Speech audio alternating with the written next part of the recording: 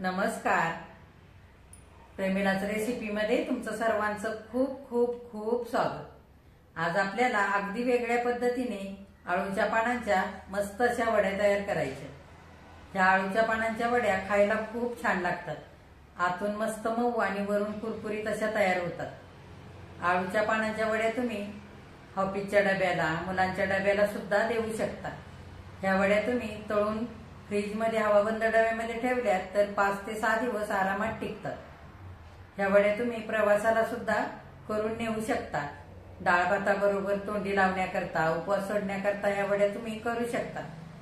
तर आळूच्या पानांच्या वड्या तयार करण्याकरता आपल्याला काय काय साहित्य लागणार आहे आणि त्या कशा तयार करायच्या हे बघण्यासाठी लगेचच किचनमध्ये जाऊयात. जर माझ्या रेसिपीज तुम्हाला बघायला आवडत असतील तर एक लाईक जरूर करा आणि जे कोणी आता माझ्या रेसिपीज नव्याने बघत आहेत त्यांनी माझ्या चॅनेलला जरूर सबस्क्राईब सुद्धा करा.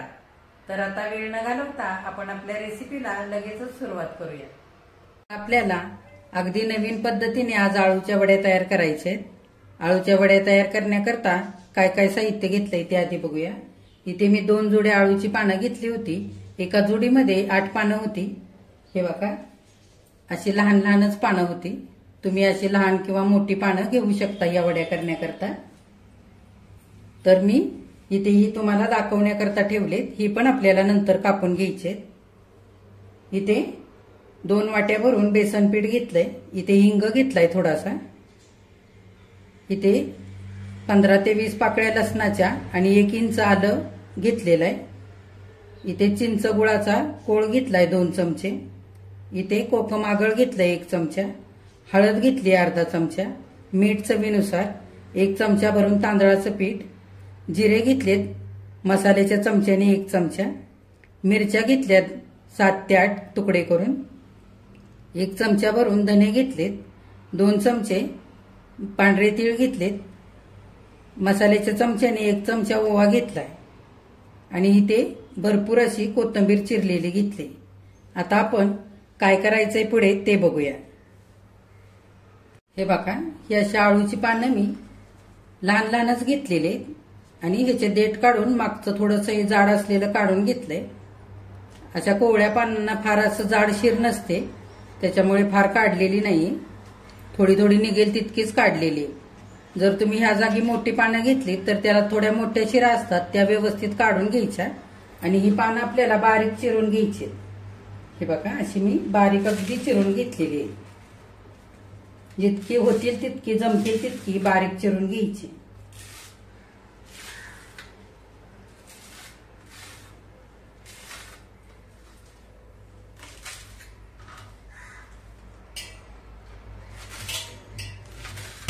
हे बघा, असं बारीक चिरलंय मी. हे बघा, आळूची पानं आता चिरून झालेली आहेत. आपण आता मसाला करूया. मिक्सरच्या भांड्यामध्ये मिरच्या घेऊया. त्याच्यातच आलं आणि लसूण घालूया.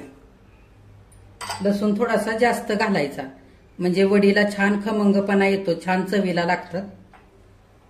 1 चमचा भरून जिरे घालूया. त्याच्यातच धने पण घालायचे आणि ओवा पण त्याच्यातच घालायचा आणि बिना पाणी घालता आपल्याला हे मिश्रण आता दरदरीत असं वाटून घ्यायचंय. बघा, असा दरदरीत मी मसाला वाटून घेतलेला आहे. फार पण बारीक नाही केलेला. तर तुमच्या आवडीप्रमाणे तुम्ही इकडे मिरच्या वापरा किंवा लाल तिखट तुम्हाला वापरायचं असेल ना तरी सुद्धा चालेल. आता आपण पुढे काय करायचंय ते बघूया. हे बघा, आता आपल्याला आळूची पानं छान परतवून घ्यायची आहेत मसाल्यावरती. त्याच्याकरता मी इकडे कढई ठेवलेली आहे. कढईमध्ये आपण 2 पळ्या तेल घालूया.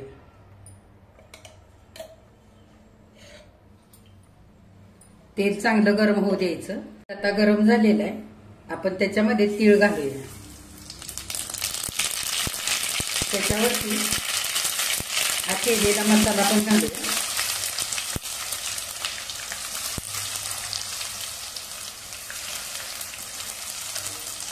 आणि बारीक गॅस करायचा आणि सगळं चांगलं परतवून घ्यायचं. आता हा मसाला आणि तीळ चांगले परतलेले. आपण त्याच्यामध्ये पाव चमचा हिंग घालूया.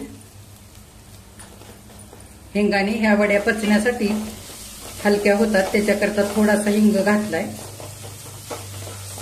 आता मसाला चांगला परतून झालाय. आपण ही चिरून घेतलेली आळूची पानं घालूया.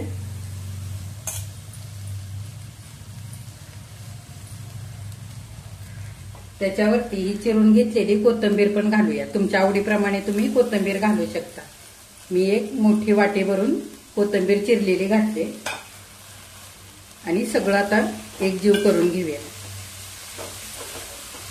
गॅस बारीक ठेवायचा, नाहीतर मग खाली चिकटू शकतं. आळूची पानं आणि चिरलेली कोथिंबीर आता छान परतवून झालेली आहे. आपण त्याच्यावरती चिंचेचा कोळ घालूया. चिंच आणि गूळ भिजवून हा कोळ केलेला आहे. आणि कोकम आगळ घेतलं 1 चमचाभर, ते पण घालूया. तुमच्याकडे जर कोकम आगळ नसेल तर थोडासा लिंबाचा रस घाला, म्हणजे चव छान येईल.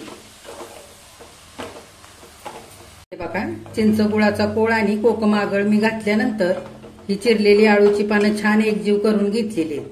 चिंच गुळाचा कोळ आणि कोकम आगळ ह्या दोन्हीची चव वडीमध्ये वेगळी वेगळी लागते, त्याच्याकरता मी दोन्ही वापरले.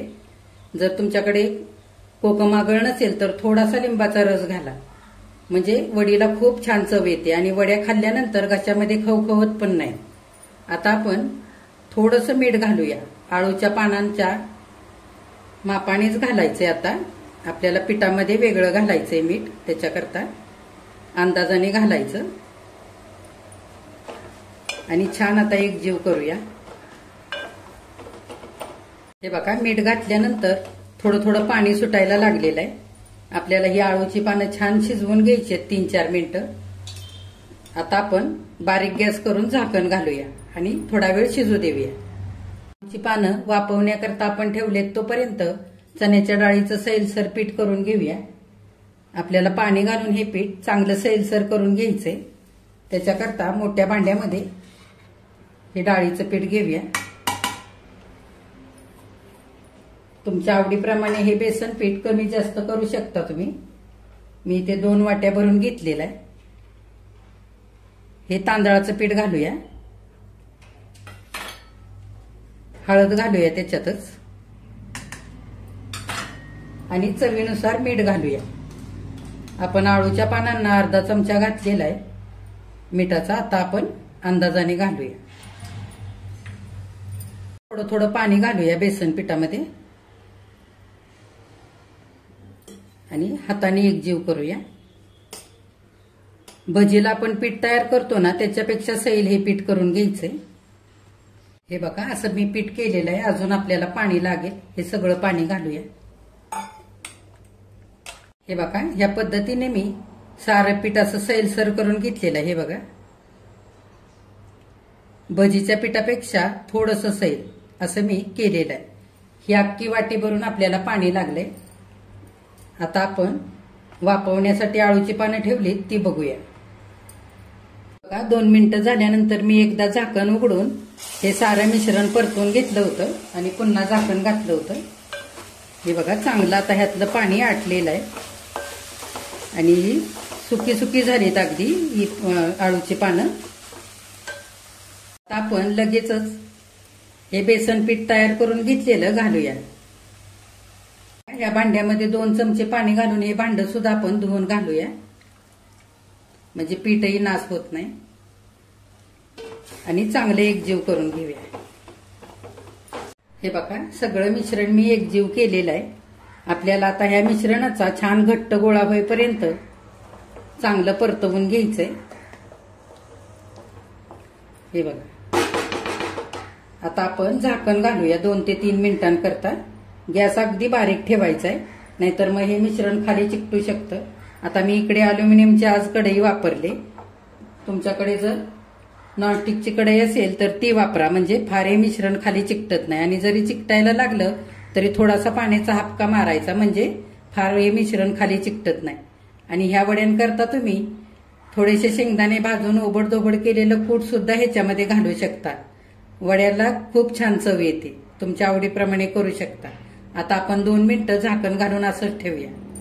बघा, साधारण 3 ते 4 मिनिटं झालेली आहेत. छान अशी वाफ आलेली. आपण झाकण उघडूया. आणि सारं मिश्रण चांगलं हलवून घेऊया। हे बघा, हे मिश्रण थोडंसं सैलसर आहे। आपल्याला 10 ते 12 मिनिटं हे मिश्रण चांगलं शिजवून गोळा होईपर्यंत असं करून घ्यायचंय। झाकण घालायचं आणि 3 ते 4 मिनिटाला उघडून असं चांगलं हलवून पण घ्यायचं 1 ते 2 वेळा। आणखी 3 ते 4 मिनिटं झालेले आहेत। आपण झाकण उघडूया आणि चांगलं एकदा हे सारं मिश्रण हलवून घेऊया। हे बघा, आता छान गोळा व्हायला लागलेला आहे। मी एकदा मध्ये हलवून घेतलं होतं हे पीठ झाकण उघडून। आणि बेसन पीठ आपण जेव्हा टाकतो ह्याच्यामध्ये तेव्हा पाण्यामध्ये सैल करून घेतो, तेव्हा पाणी थोडंसं जास्त झालं ना तरी पण चालतं। फक्त हे मिश्रण आपल्याला घट्ट होईपर्यंत थोडा वेळ जास्त शिजवून घ्यावं लागतं। आता आपलं चांगलं मिश्रण शिजलेलं आहे। गॅस बंद करूया। हे बघा, छान आता एकजीव झालेला आहे आणि गोळा झालेला आहे। आता आपण हे खाली काढून घेऊया थंड करण्याकरता। आता आळूच्या वडीचं मिश्रण आपल्याला पसरवून घ्यायचंय। त्याच्याकरता मी इथे ट्रे घेतलेला आहे आणि थोडंसं तेल लावलेलं आहे आतून। तुमच्याकडे जर असा ट्रे नसेल तर तुम्ही उंच किनारीचं ताट सुद्धा इकडे घेऊ शकता। आपण थोडेसे पांढरे तीळ खाली घालूया।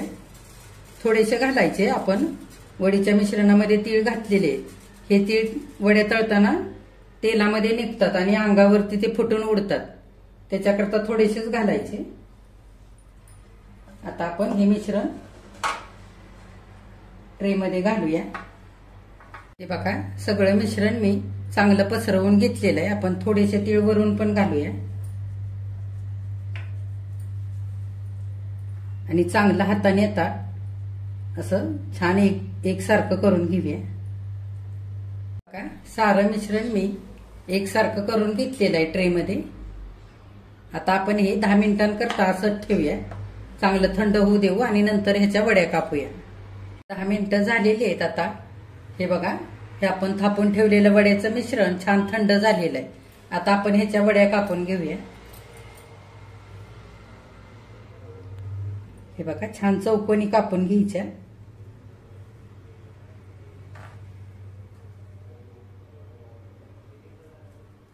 हे बघा, अशा मी चौकोनी वड्या कापून घेतलेले, किती मस्त झाल्यात बघा। आता ह्या वड्या आपण तळून घेऊया।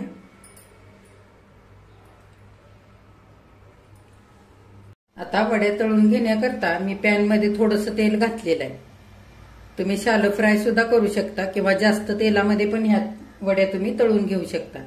आता तेल चांगलं गरम झालेलं आहे। गॅस मध्यम करूया आणि वड्या घालूया तळण्याकरता।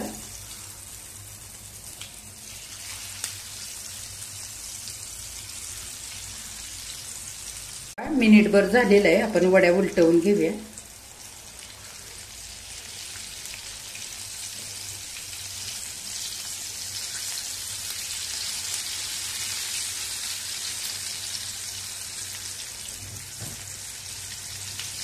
बघा, 3 ते 4 मिनिटं छान मध्यम गॅसवरती वड्या मी खरपूस अशा तळून घेतलेले।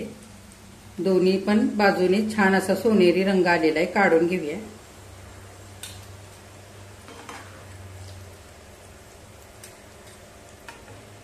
हे बघा, तिखट झणझणीत मस्त अशा खमंग चवीच्या नवीन पद्धतीच्या मस्त अशा आळूच्या पानाच्या वड्या आपल्या करून तयार झालेल्या आहेत। किती मस्त झाल्यात बघा, आणि रंग सुद्धा खूप सुंदर आलेला आहे वड्यांना।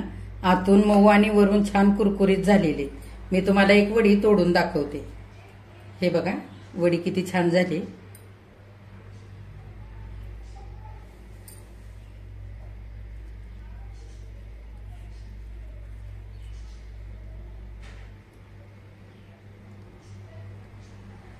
मस्त झाल्यात अगदी वड्या। आता आपण ह्या वड्या एका डिश मध्ये काढूया। हे बघा, नवीन पद्धतीने आळूच्या वड्या केलेल्या मस्त अशा तिखट झणझणीत आणि खमंग चवीला झालेले आहेत। आतून मऊ आणि वरून मस्त अशा कुरकुरीत ह्या तयार झाल्यात। ह्या वड्या तुम्ही डब्याला नेऊ शकता किंवा तुम्हाला कुठे प्रवासाला जायचं असेल तरी सुद्धा ह्या वड्या तुम्ही नेऊ शकता। ह्या वड्या 3 ते 4 दिवस छान टिकतात। ह्या वड्या तळून तुम्ही ठेवल्यात फ्रीज मध्ये तरी सुद्धा 3 ते 4 दिवस मस्त टिकतात आणि बिना तळता जरी ह्या वड्या तुम्ही फ्रीजमध्ये ठेवल्यात तरी तुम्ही पाहिजे तेव्हा ह्या वड्या तळून खाऊ शकता. मस्त राहतात 3 ते 4 दिवस, खराब होत नाहीत. तर अशा नवीन पद्धतीने केलेल्या अळूच्या वड्या तुम्ही पण एकदा करून बघा. माझ्या चॅनेलला लाईक, शेअर आणि सबस्क्राईब जरूर करा. आणि आजची नवीन पद्धतीने केलेली अळूची वडीची रेसिपी तुम्हाला आवडली असेल तर एक लाईक सुद्धा करा. माझ्या चॅनेलवरती ह्याच्या आधी मी 4 अळूच्या वड्यांच्या रेसिपी टाकलेल्या आहेत, त्या सुद्धा बघा.